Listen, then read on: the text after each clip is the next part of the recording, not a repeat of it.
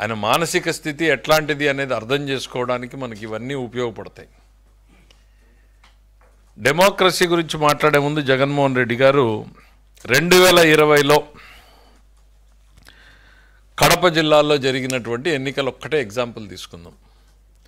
79% జెడ్పీటీసీలు ఏకగ్రీవంగా జరిగాయి. ఎంపీటీసీలు 76% ఏకగ్రీవంగా జరిగాయి.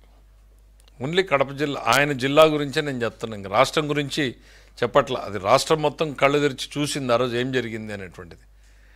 79% జెడ్పీటీసీలు 76% ఎంపీటీసీలని ఏకగ్రీవంగా చేసుకున్నటువంటి మీరు ఈరోజు డెమోక్రసీ అంటూ పెడబొబ్బులు పెడుతూ పొర్లు దండాలు పెడతా ఉంటే ప్రజలు నవ్వుకుంటున్నారు. మీరు డెమోక్రసీ గురించి మాట్లాడితే దయ్యాలు వేదాలు వల్లించినట్టు అవుతా ఉంది. ఇది ఈ ఎన్నికలకి స్టేట్ ఎలక్షన్ కమిషనర్ ఎవరు? మీరు నియమించిన వ్యక్తే. ఏదో కొత్తగా వచ్చి ఎవరినో అక్కడ పెట్టి లాస్ట్ టైం అంటే ఏదేదో మాట్లాడారు, ఎవరు లేదే, సేమ్ పర్సన్. మీరు నియమించిన వ్యక్తుల మీద కూడా మీకు నమ్మకం లేదా? అఫ్కోర్స్ ఆ అవకాశం ఉంది, ఎందుకనంటే తల్లిని చెల్లిని కూడా నమ్మేటువంటి పరిస్థితుల్లో లేనప్పుడు ఇక మీరు నియమించిన వ్యక్తుల్ని మీరు ఏమాత్రం నమ్మరు. అది మీ క్యాడర్ తెలుసుకోవాలి.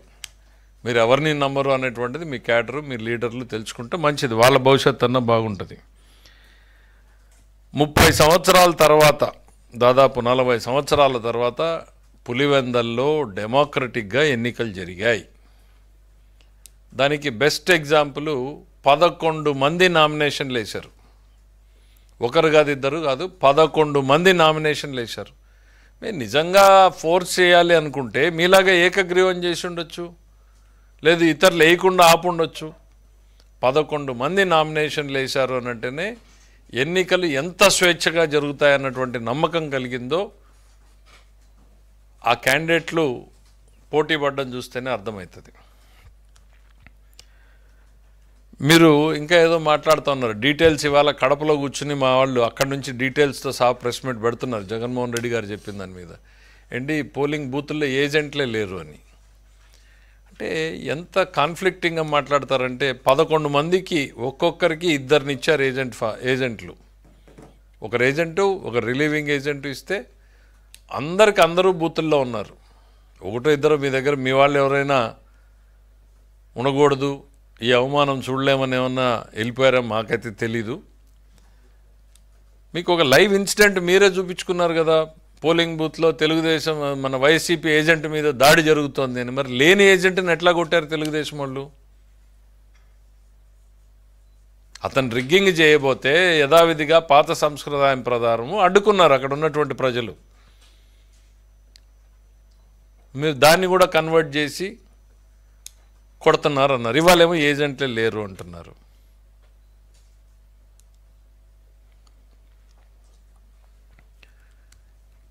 ఇంకా ఆయన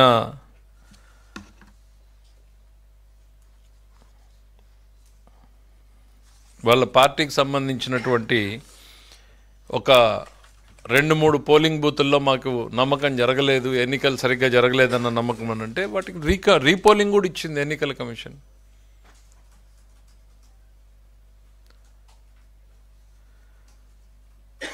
ముప్పై ఏళ్ల తర్వాత మొట్టమొదటిసారి డెమోక్రటిక్గా ఎలక్షన్ జరుగుతూ ఉంటే అక్కడ రిజల్ట్ ఏంది అనేటువంటిది మీ కళ్ళ ముందు కనపడతా ఉంటే ఓటమికి సాకులు ఎత్తుక్కున్నట్టుంది జగన్మోహన్ రెడ్డి గారు. గతంలో రాజా ఆఫ్ కరప్షన్ అని పుస్తకం వేసాము, ఇప్పుడు బహుశా రాజా ఆఫ్ ఫ్రస్ట్రేషన్ ఇంకేదన్నా పేరు ఎతకాల్సినటువంటి పరిస్థితి ఉంది మీకు. ఈ ఫ్రస్ట్రేషన్ కారణాలు 1 కాదు 2 కాదు, రోజు రోజుకి మిమ్మల్ని వెంటాడుతున్నటువంటి భయం మీ ఫ్రస్ట్రేషన్ కారణమని మేము నమ్ముతున్నాం.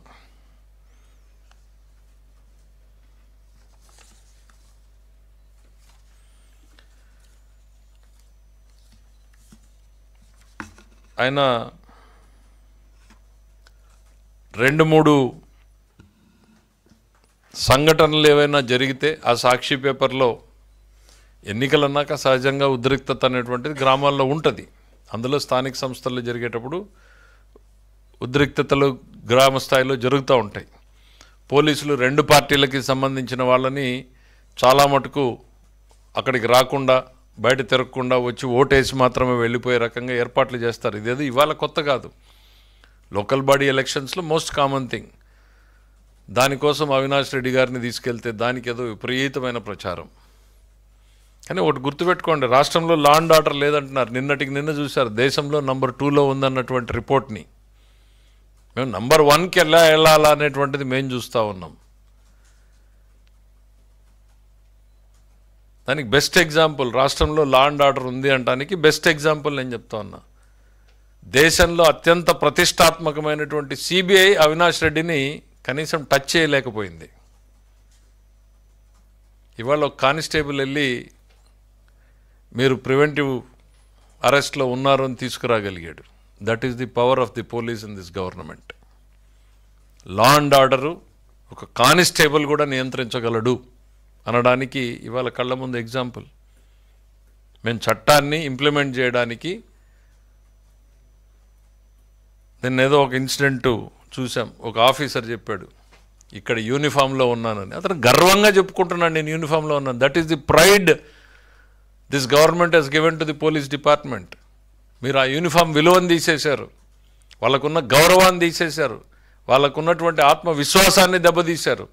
ఇవాళ యూనిఫామ్ వేసుకున్నాను నేను అన్నటువంటిది ఈ విషయాన్ని గర్వంగా చెప్పుకోగలిగినటువంటి స్థితిలో ఇవాళ పోలీస్ డిపార్ట్మెంట్ ఉంది. కేంద్ర ప్రభుత్వంకి ఒక స్పెషల్ రిపోర్ట్లు పంపించారు. కర్నూలు జిల్లాలో మీరు అవినాష్ రెడ్డిని అరెస్ట్ చేయడానికి లా అండ్ ఆర్డర్లు వస్తాయి, సాధ్యం కాదు, ఇది అది అని మొత్తం అసలు రాష్ట్రం మొత్తం కూడా ఆ రోజు సినిమా చూసింది. ఇవాళ సింపుల్గా ఒక ఎస్ఐ, ఒక డిఎస్పీనో, ఒక కానిస్టేబుల్లో చేయగలుగుతున్నాడంటే ఈ రాష్ట్రంలో లా అండ్ ఆర్డర్ ఇంప్లిమెంట్ చేసేటువంటి వాళ్ళ మనోస్థైర్యం ఎట్లుందో మీరు ఎగ్జాంపుల్ తీసుకోండి. బికాజ్ పైన నుంచి ఎటువంటి ఒత్తిళ్లు లేవు. గతంలో మీ ఒత్తిళ్లు పనిచేసినాయి కాబట్టి ఆ పోలీసు వ్యవస్థ పనిచేయలేదు. ఇవాళ స్వేచ్ఛాయుతంగా ఉన్నారు కాబట్టి పోలీసు ఫ్రీగా ఫెయిర్గా పనిచేసేటువంటి పరిస్థితులు వచ్చినాయి. ఇవన్నీ మీకు నచ్చవు. డెమోక్రసీ మీద అసెంబ్లీలో కూడా కావాలంటే ట్రైనింగ్ క్లాస్ పెడతాం. మీరు మీ ఎమ్మెల్యేలు అటెండ్ చేయండి. మొదటిసారి మీరు డెమోక్రసీ, కాన్స్టిట్యూషను, చట్టాల గురించి మాట్లాడుతూ ఉంటే మాకు చాలా సంతోషంగా ఉంది. వాటి గురించి మరింత లోతుగా అసెంబ్లీ ట్రైనింగ్ సెషన్స్ పెడదాం, రండి. అసలు ఎన్నికలు ఎట్లా జరుగుతాయనేటువంటిది మొట్టమొదటిసారి పులివెందుల ప్రజలు చూశారు. ఇంత స్వేచ్ఛగా ఎన్నికలు జరిగినందుకు వాళ్ళు పండగ చేసుకుంటున్నారు. మీకు ఇబ్బందికరంగా ఉండొచ్చు, మీ పునాదులు కదులుతూ ఉండొచ్చు.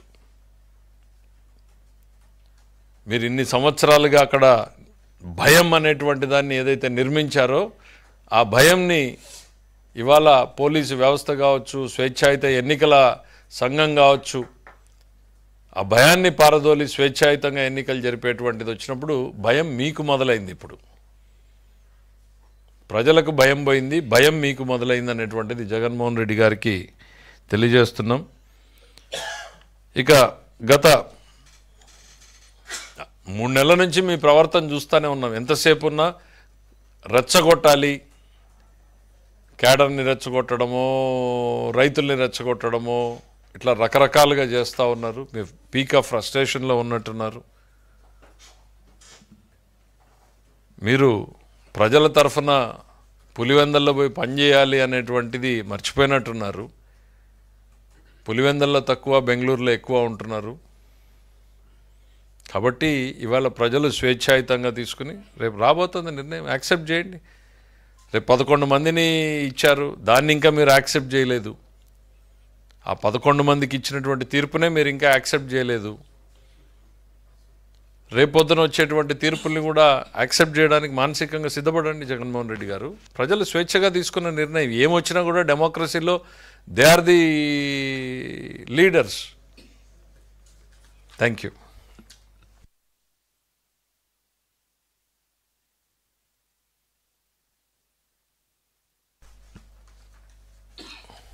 ఆడలేక మధ్యలో ఓడు అన్నట్టు ఇవాళ వాళ్ళు అక్కడ పర్ఫామ్ చేయలేకపోతున్నారు. దానికి పోలీసుల్ని బ్లేమ్ చేయడం ఎందుకు? ఓటమికి కారణాలు ఎత్తుక్కోవడం కాదా ఇది? మరి మా రామ్ గోపాల్ రెడ్డిని కూడా అరెస్ట్ చేశారు కదా, మా లీడరే కదా, మా ఎమ్మెల్సీ కదా, మా లీడర్లను కూడా డిటైన్ చేశారు కదా. ఇది సహజం. లా అండ్ ఆర్డర్ కోసం పోలీసులు ఇరుపక్షాలని డిటైన్ చేస్తారు. ఎవరు ఓటేయాలో వాళ్ళని మాత్రమే వెళ్ళి ఓటేసేటువంటి పరిస్థితి పెడతారు తప్ప ఇంకా బియాండ్ దట్ పోలీసులు ఏమీ పాత్ర చేయలేదు కదా అక్కడ. అంటే మీరు మొన్నటిదాకా అదొక శత్రు దుర్భేద్యమైనటువంటి అన్నట్టుగా అక్కడికి ఎవరు పోలీసులు కానీ, ఎందుకనంటే మనం బాబాయ్ కేసులో చూసాం పోలీసులు ఏ రకంగా వ్యవహరించేలా చేశారు అనేటువంటిది. ఇవాళ మొదటిసారి పోలీసులు పోలీసింగ్ చేస్తున్నారు అక్కడ. అది మీకు నచ్చట్లేదు కానీ ప్రజలకు నచ్చుతుంది, అక్కడ ఉన్నటువంటి ప్రజలకు నచ్చుతూ ఉంది. స్వేచ్ఛా వాయువులు పీల్చుకుంటున్నారు. ఈ రాష్ట్రం ఎట్లా అయితే స్వేచ్ఛగా ఉందో పులివెందుల్లో కూడా స్వేచ్ఛా వాయువులు ప్రజలు పీల్చుకుంటున్నారు, వాళ్ళు ఎంజాయ్ చేస్తున్నారు, పండగ చేస్తున్నారు. రాహుల్ గాంధీకి రేవంత్ రెడ్డి మధ్యలో హాట్ లైన్ నడుస్తుంది చంద్రబాబు గారిది, అందుకే ఆంధ్రప్రదేశ్లో గత ఎలక్షన్స్ గురించి మాట్లాడలేదని జగన్మోహన్ రెడ్డి అన్నారు. కూడా మాట్లాడలేదు. ఇక్కడ అవినీతి ఏ సబ్జెక్ట్ గురించి? ఆంధ్రప్రదేశ్లో జరుగుతున్న అన్ని విషయాల మీద కాదు, దొంగ ఓట్ల గురించి రాహుల్ గాంధీతో తెలుగుదేశం పార్టీ. జగన్మోహన్ రెడ్డి గారికి ఎట్లాంటి ఆలోచనలు వస్తాయో నాకు నవ్వు వస్తుంది. అరే భారతదేశంలో ఓట్ల చోరీ, దొంగ ఓట్లకి మూలం ఎక్కడయ్యా? కేర్ ఆఫ్ వైఎస్ఆర్సీపీ కదా, జగన్మోహన్ రెడ్డి కదా. 5 ఏళ్లలో నువ్వు చేసినటువంటి అరాచకాలకు చివరికి ఏం జరిగింది? మా ఉరవకొండలోనే మొదలైంది కదా. 10,000 ఓట్లను తొలగించాలని మీరు పిటిషన్ పెట్టలేదా? తొలగించింది సిద్ధం కాదా?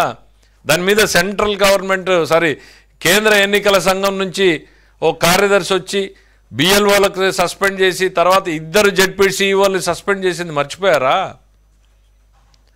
విశాఖపట్నం మర్చిపోయారా? మా పర్చూరు మర్చిపోయారా? తిరుపతి మర్చిపోయారా? దొంగ ఓట్లు, దొంగ ఓట్లకి, ఓట్ల చోరీకి, ఓట్ల తొలగింపుకి పునాదులు మీరే. ఇంక రాహుల్ గాంధీ ఏం మాట్లాడతాడు పాపం? ఆయన లేని సబ్జెక్టు, ఆ సబ్జెక్టుకి కర్త కర్మ క్రియ మీరే. ఈ సంవత్సరంలో ఒక ఓటు పెరిగిందో ఒక ఓటు తగ్గిందో మేమైతే చూసుకునే పరిస్థితిలో లేం. ఎందుకంటే మేము ప్రజల్ని నమ్ముకున్నాం, ఈ దొంగ ఓట్ల కార్యక్రమాల్ని నమ్ముకోలేదు. మేము ప్రజల్ని నమ్ముకున్నాం, మీరేమో దొంగ ఓట్ల కార్యక్రమాన్ని నమ్ముకున్నారు. ఎన్నికల సంఘంలో చావు దెబ్బతిన్నారు. గతంలో 2 ఆఫీసర్లను సస్పెండ్ చేసింది, ఈ రోజు వరకు కూడా వాళ్ళకి పోస్టింగ్లు లేవు. మేమే అయ్యా కనికరించండి, ఇంకేదో తప్పులు చేశారు అయిపోయింది, బుద్ధి వచ్చి ఉంటుందిలే, 2 ఏళ్ళు 3 ఏళ్ళు అయిందని చెప్పాల్సిన పరిస్థితికి మేమే వచ్చాం. దొంగ ఓట్లకి దేశంలో మూలం ఎవరు అని అంటే మీరు బహుశా మీరే హాట్ లైన్లో రాహుల్ గాంధీకి నేర్పించినట్టున్నారు. నేను ఇక్కడ చేశాను, కాకపోతే కొంచెం తెలుగుదేశం పార్టీ యాక్టివ్గా ఉండడంతో ఫెయిల్ అయింది, అక్కడ కూడా జరుగుతున్నాయి చూసుకో, వాళ్ళు చేస్తుంటారు అనేటువంటిది ఏదో నేర్పించినట్టున్నావు తప్ప మాకు ఎవరితోనూ ఉండాల్సిన పని లేదు. ఈరోజు కేంద్ర ప్రభుత్వంలో ఎన్డీఏ కూటమిలో బలమైన భాగస్వామిగా ఉన్నాం, నమ్మకమైన భాగస్వామిగా ఉన్నాం. ఈ రాష్ట్ర అభివృద్ధి కోసం ఎన్డీఏ కూడా బ్రహ్మాండమైనటువంటి సపోర్ట్ చేస్తూ ఉంది. కాంగ్రెస్ వ్యతిరేక పునాదుల మీద వచ్చినటువంటి పార్టీ మాది. దానికి ఇంత డొంక తిరుగుడు ఎందుకయ్యా రేవంత్ రెడ్డి గారు? అవును, ఆయన ఈ వాజ్ ఏ పార్టీ మెంబర్ ఒకప్పుడు. మరి మీరు కేసీఆర్ గారు మీరు అవ్యాజ్యమైన ప్రేమలు కనపరుచుకున్నారు కదా, మీ కౌగిలింతలు ఏమైపోయినాయి? మీ ప్రేమలు ఏమైపోయినాయి? మీ లావాదేవీలు ఏమైపోయినాయి? ఎన్నికల్లో ఒకరికొకరు ఇచ్చిపుచ్చుకునేటువంటివి ఏమైపోయినాయి? గిఫ్ట్లు, రిటర్న్ గిఫ్ట్ల గురించి మీరు ఇద్దరూ మాట్లాడారు కదా, బహిరంగంగానే మీ సంబంధాలు చెప్పుకున్నారు కదా.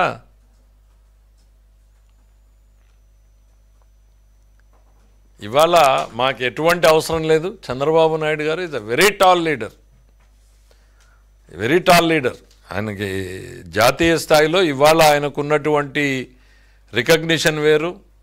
నీలాగా ఈ చిల్లర ఓట్ల గురించో వాటి గురించో ఆలోచన చేయాల్సినటువంటివి, ఈ చీకటి వ్యవహారాలు చేయాల్సినటువంటి అవసరాలు చంద్రబాబు నాయుడు గారికి లేవు. Thank you.